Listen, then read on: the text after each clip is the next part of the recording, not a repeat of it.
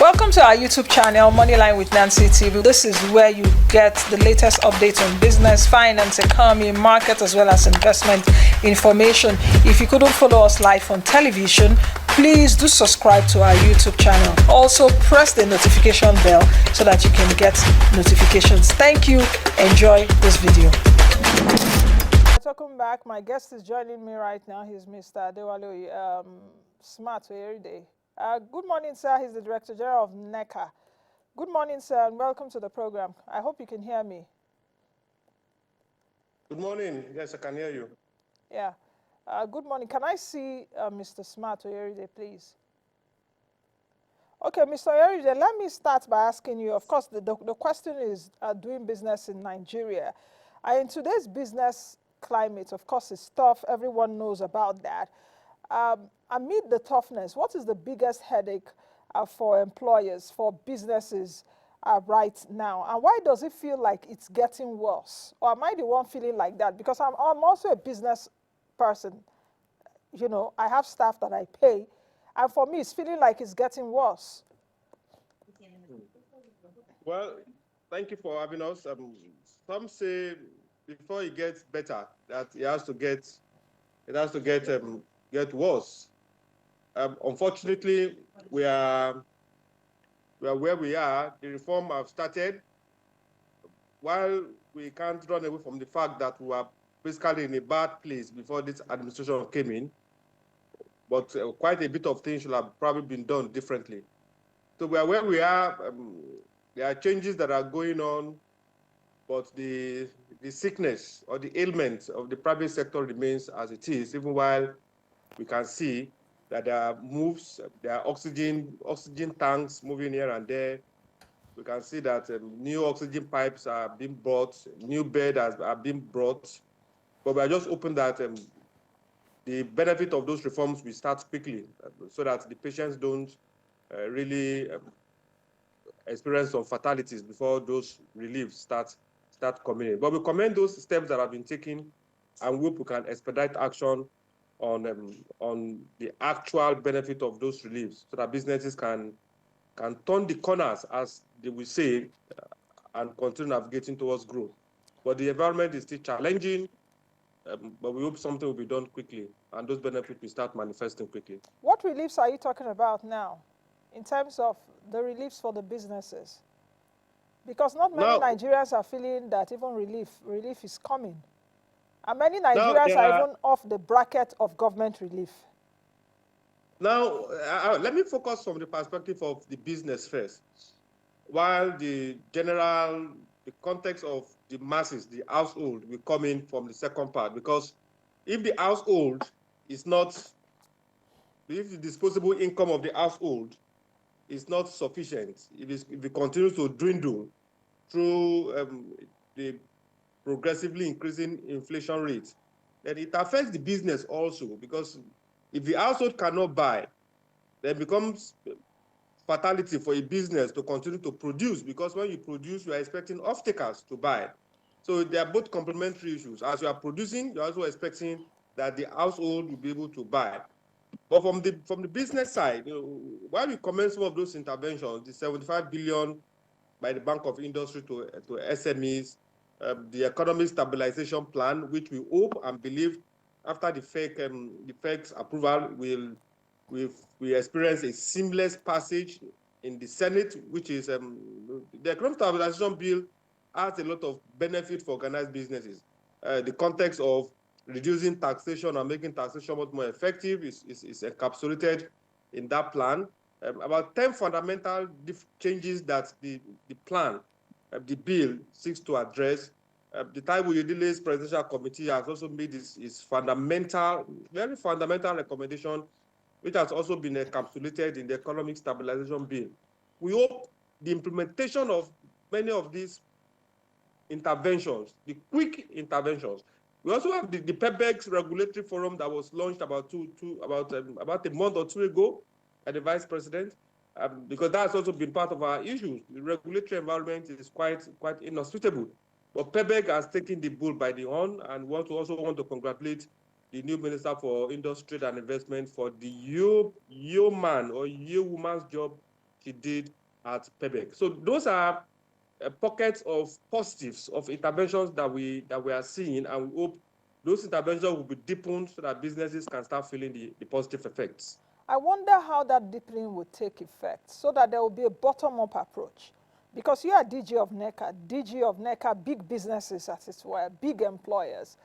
But it's also well known in Nigeria that small businesses employ the largest proportion of people, as it were, and provide about 96% of jobs. So if you're saying all these reforms, you are expecting them to deepen, I wonder how deepened they can be so that small businesses can actually feel the impact. That is one. Then the other question which I asked you earlier on, which you haven't answered yet, is what is the biggest headache amongst the potpourri of issues? What's the biggest headache that businesses face in Nigeria? Perhaps big businesses, because I know that many big businesses have closed down, the PZs, the GSKs, the Co. Some have even left Nigeria.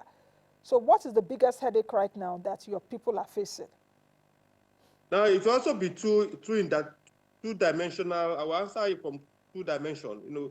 The NECA actually represents both the big businesses, the small businesses, the MSMEs. They're all part of the platform, part of the group that we represent. As the name connotes, Nigeria employers. So once you are an employer, you ordinarily have to be part of the group. But the big businesses whose inputs depends on imports, and one of the biggest challenge is Forex. The Forex issue has actually created a lot of challenges for many businesses, even those that left, those that we see leaving. If you check very well, one of the root causes of their exiting is also the issue of Forex, because it messes up your operating cost. It creates a different dynamics for you, and for those that have left, unfortunately, Forex remains a challenge. And for those that are still around, a key issue for them is Forex. Now, for the MSMEs, the SMEs, one of the biggest challenges is the regulatory environment and access to funds, which we think the government is trying to resolve. Address the regulatory environment, make it much more hospitable for these businesses to operate. While we have dealt with the issue of registration of businesses and the rest, but it's one thing for you to register a business. It's one thing for us to also provide funds for the business in the context of the intervention of BOI. But if you don't deal with the challenges in the regulatory environment, then the regulatory environment that you did not address will mess up the sustainability of those businesses. So for the big businesses, challenges of Forex remain one. For the small businesses, access to capital remain a big one.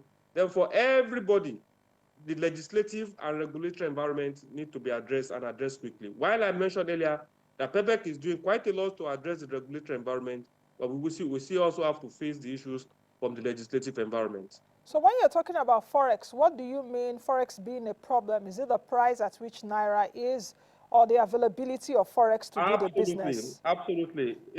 If you buy Forex at the current rate now of over 1,500, 1,006, and you import, the cost goes directly to your cost of production. And when it goes to your cost of production, it naturally increases your cost of sales. And when it increases your cost of sales, and at the consumer side, the disposable income is not increasing. So you realize you will be able to produce. Your price elasticity is not that much, so you can produce, but off-takers, selling what you have produced become a major problem. So the cost of Forex hopefully have to come down. So it makes businesses, give them the opportunity to be able to buy inputs at a considerable stage, considerable level, considerable cost, so that it makes the whole concept of this cost of living, it can come down significantly. If you don't address the issue of Forex, I think it's fundamental to a lot of things that we're currently facing. If you don't address it, then we probably might just be going on a rigmarole. So Forex is a key issue, especially for businesses whose inputs have to be imported. Now, somebody will say that businesses should embark on backward integration. Even if I want to embark on backward integration, it's not a 1 month, a 1 month process.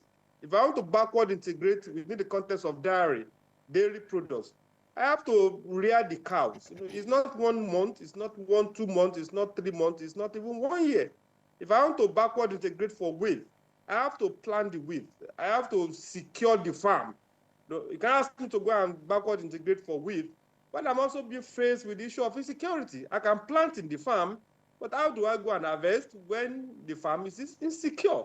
So those are the key issues, but we need to address the issue of forex because it's a major challenge for organized businesses. Apart from forex that you've talked about, apart from the regulatory environment which you've talked about also, are there some other cost variants that are impacting businesses in the country that perhaps you need to tell us about? Of course, high borrowing rates, FX, like you've mentioned, interest rates and all of that. Are there other silent things that we might not know that are also impacting businesses in the country as we speak? Interest rates is a big one, which is a disincentive for borrowers, for a business to borrow, because at interest rates hovering about 30%, I wonder which kind of business we borrow at 30%, and what do you want to sell?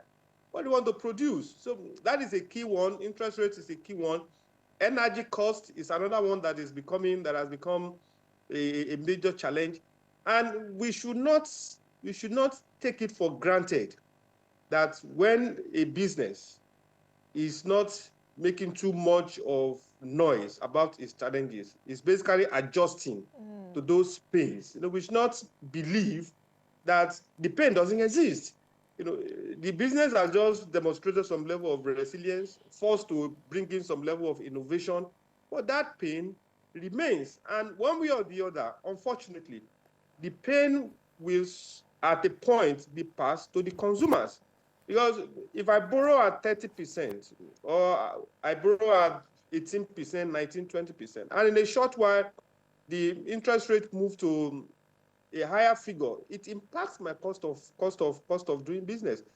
And for the business to remain sustainable, we need to move that cost somewhere else. So interest rates, energy costs, a stifling regulatory environment, multiplicity of taxes, which we mentioned has been addressed currently, are those key issues that we need to address, and we need to address quickly. And kudos to the government for the interventions they've brought in to address regulatory issue through PEBEC Regulatory Forum. The Taiwo Oyedele Presidential Committee on Fiscal and Tax Reform is also dealing with the issue of the tax through the Economic Stabilization Plan, but we hope the government will fast-track the implementation of this plan so that businesses can start to feel the impacts and feel them quickly. Do you think that you are being heard? Do you think that businesses in Nigeria are being heard? Because you said something very critical, that if businesses are not complaining does not mean that things are not difficult for them. They are finding one way or the other to adjust, and the consumers at the end of the day get the brunt of it, or they eventually close down. So you're taking a look at government, and you're taking a look at, that's government policy, and you're taking a look at business realities. What will it take both worlds to really come into alignment? Because it seems government will be saying their own, business are facing their own realities. So what will it take for both to come together, to align? And are you also being heard? Are businesses being heard in Nigeria?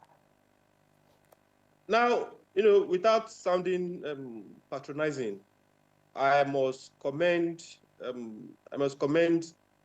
some agencies of government, some ministries. Which agencies do you mean now? Call them, let me know.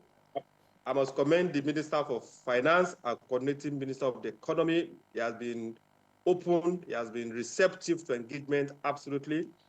Also must engagement equals to action. Yeah, because this is 1 year of this administration. His engagement equals to action. Talk sometimes could be cheap. A lot of our recommendation, a lot of our engagement, you are seeing proactive, you are seeing definitive steps being taken to deal with those issues. And we don't have to be hanky-panky on those issues. The former head of PEBEC, Dr. Jumoke Adewale, who has now become the Minister for Industry and Investment, has always been very receptive, and it gladdens the heart of stakeholders that she's now the substantive Minister for Industry, Trade and Investment. Very receptive, very engaging. Currently, as I speak to you, we are also having a knowledge sharing session with another agency of government, ACON, Advertising Regulatory Council of Nigeria, also sharing our pain and looking for ways for the private sector to deepen its collaboration with ACON to make the environment much more receptive. So those engagements are ongoing with many of those agencies, and we believe strongly that they are receptive to our issues, and we're all working together, fashioning out definitive plans to resolve the issues that we currently have. We hope other agencies will be much more receptive to the cries of the private sector so that we can all grow this economy together. You know why I'm asking this question? Because it's a lot to talk about. And when it comes to business regulation and realities of businesses, we should take a look at how we can align and realign and, because talk can be going on at that high level. But the people that are supposed, to undertake this task, or the people that ordinary business people meet on a daily basis, they may not even have the brief, or they could be doing what they are doing on their own. At the NESG that was just concluded a few weeks ago, I moderated a session with C-suite executives, that's CEOs of major Nigerian companies like MTN, the Cadburys of this world, and all of that. And the chief executive officer of Cadbury Mondelez, that's the managing director of Cadbury Mondelez, did tell me, in fact, she was even sharing it with us in the green room, that it takes a lot. She gets product from Ghana to Nigeria, ordinary from Ghana to Nigeria. Truck will break down somewhere, just paper. They will say, no, let's go to Nigeria first to get it through road. And I was like, is this thing really happening in this country? So it's enough to say beautiful things happening at the Ministry of Finance and PEBEC now, Madam Adewale is there and all of that. It's a whole lot to make it trickle down that your, customs people will not be a burden, that your port people will not be a burden, that a number of people will not be a burden, that even NAFDAC will not be a burden, that even, many agencies. So I hope you understand what I'm saying. Because that's I'm not even talking about even road, but even the roads itself. What is Minister Umahi? Because Minister Umahi's role is also important in terms of doing business in Nigeria, talking about roads. I hope you understand what I mean. These are the key issues that we need to factor into this conversation. Now, at the top level, where policies are made, then at the operational level, I must confess to you, as you said, it's also a different ball game. It's a different ball game. We know what happens in customs. We know what happens. It's no more. There is an executive order almost during the last administration that gave some definitive directives on clearing from the ports, that gave some definitive position on how customs should operate, that gave some definitive position on how many of these agencies should collaborate to reduce the timing of clearance, to reduce the multiplicity of either both legal and illegal levies. So at that operational level is a different, I must confess, is a different ballgame. But you need to deal with it at the policy level first. Engage at the policy level, and it's at that level you can create a joint working plan. And that's the level we are going. A joint framework where the private sector can have a portal or a system where we can directly report what is happening at those operational level to those that should listen. And that is the framework that we are currently working on with many of these agencies. During the last administration, it was a bit difficult to engage. It was a bit difficult to get them to sit down, to get many of these agencies to sit down. But we seem to have broken that backlog, that bottleneck of engagement, which is quite positive. But at the operational level, and that is where we are putting focus now, so that there is a platform where we can escalate these issues and escalate them very well. Even at the local government level, the number of illegal levies that goes on, the kind of harassment that goes on even at the local level is quite alarming, and we are still engaging creating those platforms. There's an African adage that says, if you have many trees trees piling on top of trees. If there are many trees, or one on top of each other, one on top of the other one, strategically, if you want to address those quagmire, you start with the one on top, which I think we have started, and I think definitely we are making a lot of progress. But definitely advocacy is going on from everywhere to make sure that these issues, they are resolved, and are resolved expeditiously. Is it a ball of roses? Absolutely not. But definitely we seem to be on track towards resolving all these issues. Amongst the potpourri of the different sectors in Nigeria, what sectors do you think are the most, are the hardest hit when it comes to doing business? Or is it all of us were in the same boat? No, I think for the strategic nature of it, the manufacturing seems to be hardest hit, because the manufacturing, including construction, the employment rate in those sectors is quite high, both high-end employment, low-end employment. So if a manufacturing business should close down, you're not talking of you're not talking of 10 or 100 persons losing his or her job. You're talking of thousands losing their job. And if thousands will lose their job, you can imagine the consequential effects on the household, even consequential effect on the businesses, because if 1,000 persons should lose their job, we have compromised the capacity of 1,000 individuals to patronize businesses. We have compromised the capacity of 1,000 persons to pay school fees, to pay house rent. So the consequences is quite huge. So the manufacturing seems to be one of the hardest hit in forex, in regulatory issues, in legislative issues, in issues concerning the ports, issues concerning customs. I think the manufacturer, because of its strategic positioning, seems to be the hardest hit. That is without, we're not discounting the very strategic importance of every other sector. But if you deal with manufacturing sector, then we have the potential of dealing with all other sectors, because the consequential effect of addressing those issues will trickle down to other sectors, as it were. Ms. Oyerinde, you are in Switzerland as we speak. I know you may have engaged in different conversations for the ILO Governing Council meeting. You may have engaged in different conversations with some foreigners, or perhaps asking you questions around Nigeria. Do you think they are paying enough attention to Nigeria at this time? And perhaps in some of your discussions, is the cost structure of doing business in Nigeria scaring them off? That is number one question. The number two is talking about AFTA. That's the African Continental Free Trade Agreement. It brings big opportunities for businesses in Nigeria. With the rising cost of doing business in Nigeria, do you really think that our businesses are ready to compete, or they are too weighed down by costs? The general consensus at the global level, even at the ILO level, is that Nigeria holds a very strategic position in Africa coming out of its current challenges. And Europe also, and America, they've seen Nigeria as a very strategic partner. So whatever happens in Nigeria owes a level of interest to them. And for us, we continue to, while there's some level of skepticism about what is happening, but we'll continue to share our current realities and the realities of where we are going. Many seems to align with the current reforms, and many believe, yes, the current reforms, if holistically applied and seen to the end, might navigate Nigeria out of the many years of challenges it has faced itself.